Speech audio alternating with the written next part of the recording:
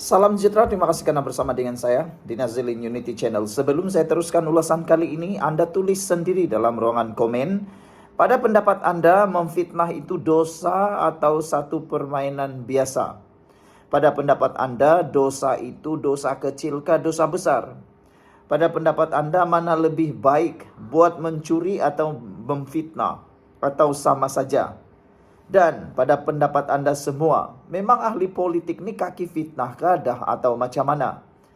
Tak kiralah dia kerajaan kah, dia pembangkang kah, dia baru kah, dia dah tua kah, dia tahu bangka kah, dia tak tahulah. Yang pernah jadi Perdana Menteri kah, tak pernah jadi Perdana Menteri kah atau sebagainya. Adakah perbuatan memfitnah itu memang satu perbuatan yang harus ada sebagai orang politik? Adakah itu perlu menjadi satu kursus? Untuk menjadi seorang YB harus lulus jadi pemfitnah. Itu semua sebenarnya persoalan daripada netizen yang tolong Anda bantu tulis dalam ruangan komen. Ada netizen mengatakan bahwa mau jadi ahli politik ini, mau jadi YB ini ada dua syarat. Kata mereka dua syarat itu ialah pertama, YB itu ataupun calon itu mesti pandai menipu atau temberang. Apa pula pendapat kamu semua? Tolong tulis dalam ruangan komen. Adakah Anda setuju dengan pendapat netizen bahwa mau jadi bakal jadi YB ini mesti temberang? Paling pandai temberang lah, jual temberang, macam itulah. Yang kedua, adakah jadi YB ini mesti orang yang penipu? Tipunya apa? Tipu kempen lah kan, lain cakap lain dibuat. Dulu kempen cakap iya, tapi selepas itu tak pun. Itu soalan pertama. Soalan yang kedua, yang saya nak minta bantu Anda tinggalkan dalam komen ialah, adakah memfitnah itu satu perbuatan yang berdosa atau sebaliknya? Ataupun memfitnah itu bagi satu pihak tak berdosa, satu pihak lagi berdosa. Hanya orang-orang tertentu yang kalau buat fitnah dia berdosa. Hanya YB-YB tertentu di parti-parti tertentu yang kalau fitnah itu berdosa. Terutamanya dalam DAP lah kan. Orang selalu cakap kalau DAP yang buat fitnah itu dosa besar. Confirm masuk neraka kata mereka. Tapi kalau parti-parti tertentu yang buat fitnah, macam dinormalisasikanlah pula. Baru-baru ini kita dikejutkan dengan satu kekalahan teruk. Satu kekalahan teruk oleh dua orang pemimpin dalam Perikatan Nasional dalam kes saman fitnah. Yang pertama, Muhyiddin Yassin kalah dalam kes DAP, dalam kes Lim Guan Eng. Diarah membayar 1 juta ringgit lebih gara-gara memfitnah Lim Guan Eng. Jadi sekarang ini, nak difikir-fikirkan pertanyaan asal tadi itu. Adakah perbuatan fitnah itu perlu sebagai seorang ahli politik? Perlu mengambil kelulusan. Ujian pemfitnah, lulus baru boleh jadi YB. Itu nomor satu lah. Yang kedua, kekalahan Perikatan Nasional ialah apabila seorang ahli parlimen, yaitu ahli parlimen kepala batas.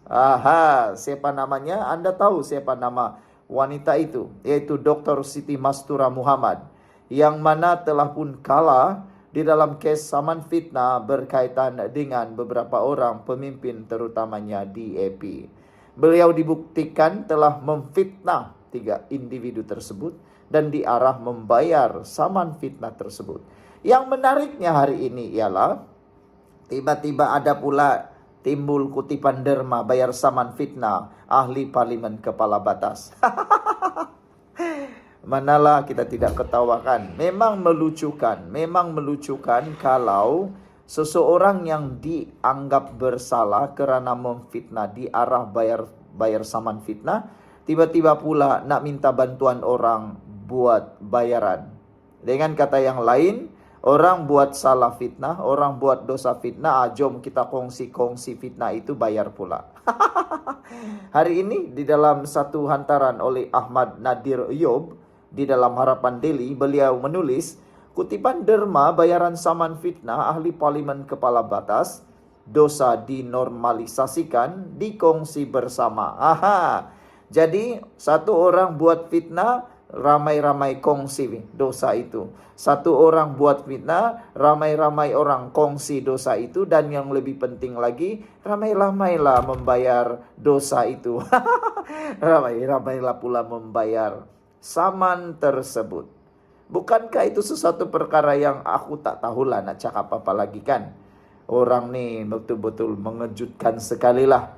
Buat fitnah akhirnya minta orang bayar pula. Bagus juga lah buat benda tu kan. Fitnah, lepas tu orang yang tolong bayar. Gotong royong bayar duit saman fitnah. Nasib baiklah tidak pula mencuri lain orang yang dipenjara. Jangan sampai macam tu lah kan. Lain yang mencuri, lain yang dipenjarakan. Itu memang satu perkara yang lagilah dodol sekali lah kan.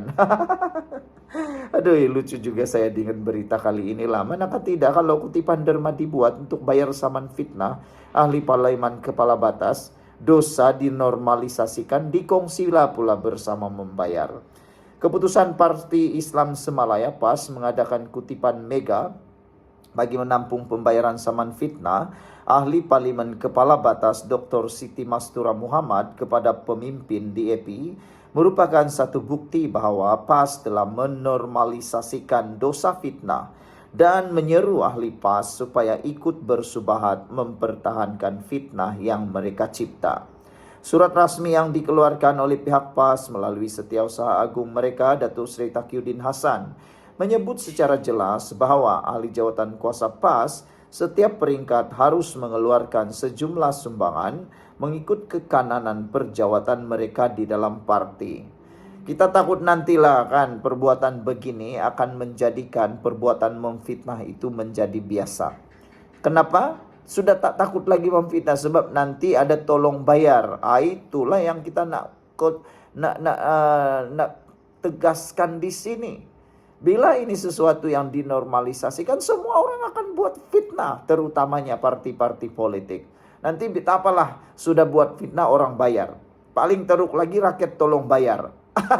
Yang ini memang teruk. Kita tegaskan di sini jangan mulakan sesuatu yang jahat seperti ini. Seorang yang buat fitnah, orang lain yang bayar. Nanti orang akan terus buat fitnah. Sebab tak apalah nanti ada orang tolong bayar.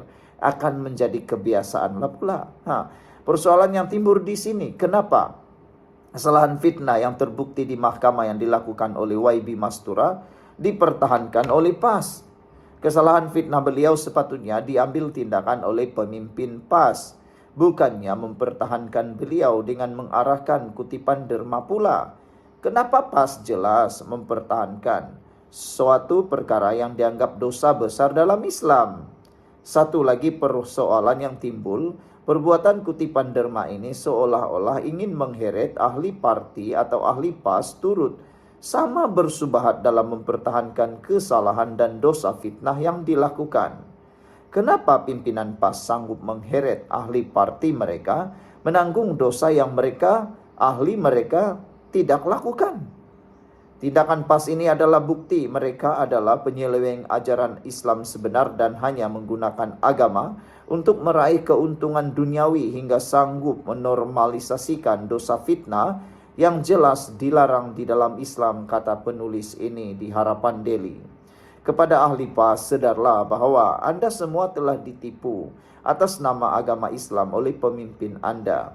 Ahmad Nadir Yob ialah Setiausaha Pertubuhan Pendidikan Intelek Warga Terengganu. Sekian untuk kali ini, jangan lupa tinggalkan komen anda.